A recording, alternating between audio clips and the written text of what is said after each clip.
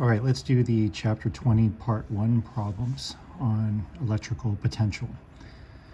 So number 1, we use delta V equals W over QO. This is going to be one of our go-to equations for this particular section. So number 1's kind of a warm-up as usual. 6.0 volts would be the answer to A. It's pretty obvious from the givens. And B, there's an increase. That's also pretty obvious from the givens. Now for C, what we're doing is we're plugging and chugging a little bit into our go-to, and we have to remember that a change in potential energy is the same as the amount of work done on something.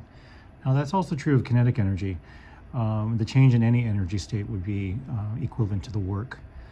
But here it's convenient to put in delta PE, electrical potential energy.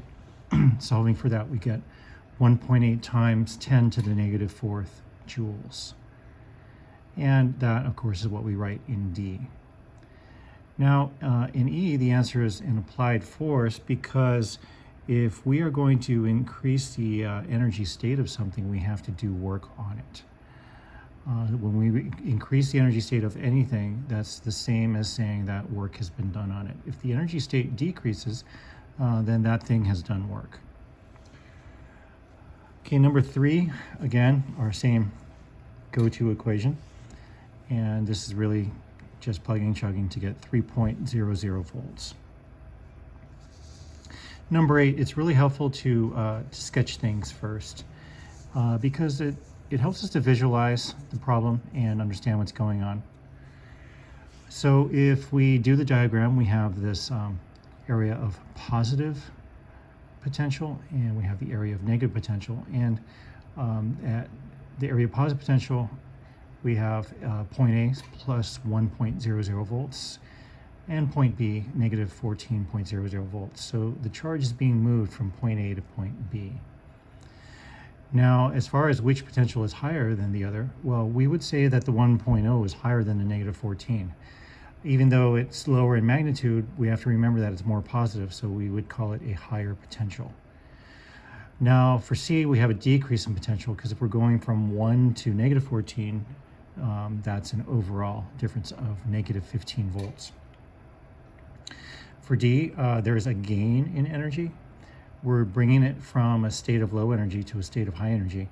Now don't get confused, electricity is not the same as gravity, right? If something falls, that's what it wants to do. But in this case, for the charge to go down, since we're putting negative down low, that is going to be equivalent to it going against where it wants to go, because it's going to an area where it's being repelled. So there's a gain in energy. Use the go-to equation, and we solve for that gain in energy, which is 4.50 times 10 to the negative 7th joules. Now, for E, we know that it's an external agency because since the energy state is increasing, we know that work has to be done on it. And so work has to be done on it by an external agent. Number 17, we have conservation of energy. Now, we've seen this a lot. We've seen it with elastic potential energy, gravitational potential energy. Well, now we're seeing it with electrical potential energy. So the setup is KELI plus PEEI equals KELF plus PEF. Kelly plus PE equals KELF plus PEF. But now we just plug some stuff in, so we kind of keep in mind what's at rest and what's moving. The initial linear kinetic energy is going to be 0, so we put that in. And we do know that there's an initial potential energy and there's a final potential energy. And here's the cool thing. We don't have to know what either one of those is. It doesn't matter. All that matters is the difference. All that matters is the difference in potential energy. And since final minus initial is delta, we replace that with delta PEE. And so then we just solve for what we need to find out. And so we put 1/2 mvf squared equals negative q delta v. And then we use our givens. We know that the q is negative 1.60 times 10 to the negative 19th, because that's the charge of an electron. And then we plug in the other things that we've been given. And so we can find both the linear with a final linear kinetic energy, 4.8 times 10 to the negative 15 joules. And we can also find the final velocity, which is 1.0 times 10 to the 8th meters per second. All right, in number 18 here. So delta V equals ED. So they want to make sure you know that equation. And for B, it's just plugging and chugging. We get 0.75 kilovolts per meter to the left.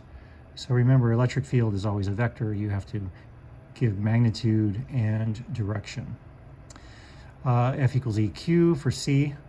And so we get negative 3.3 times 10 to the negative 5th newtons, and that is going to the right. And for D, we're just going to skip that. Now, 21 is an interesting problem because it's always kind of cool to think about something that's levitating. Well, it's levitating because the force of weight is being counteracted by the electric force, and so the charge can just hover there. So since one's going in opposite direction to the other, we make one of them negative. So mg equals negative EQ. And solving for E, 5.58557 times 10 to the negative 11th newtons per coulomb. Notice that electric field, there are two ways you can express its units. You can do it as newtons per coulomb, and you can also do it as volts per meter, depending on the problem. And actually, you can kind of do this as a fun exercise on your own, since the newton is a derived unit, and so is the coulomb, and so is the volt. If you reduce those to the units they're derived from, you're going to see that a volt per meter is exactly equivalent to a newton per coulomb. All right, using delta V equals AD, we then bring that E down, use the given distance, and we have 5.59 times 10 to the negative 12 volts. Now 10 to the negative 12 is the same as pico, so you could have said 5.59 picovolts, little p, big V. Okay, 24, again, sketch is helpful. So we have the electric field that's going straight up, so the field lines are going up. Magnitude of 100 volts per meter. They do give us this angle, 36.9 degrees. And we also know that it's traveling 0.500 meters. Now, we're using a little bit of trig here. We need the y component. So Sy equals S sine theta. And we're doing that because since the field is vertical, only the vertical component matters. The other components don't line up with that, so they're not going to affect anything. Now we do we do delta V equals negative ED. It's negative because the potential gets lower as you go north. We have a drop in potential, hence the negative sign. And plugging in those things, we end up with negative 30.0 volts. Now they do want us to solve for work, so we use our go-to equation. Delta V equals W over QO. And solving, we find that the work is 4.80 times 10 to the negative 18 joules.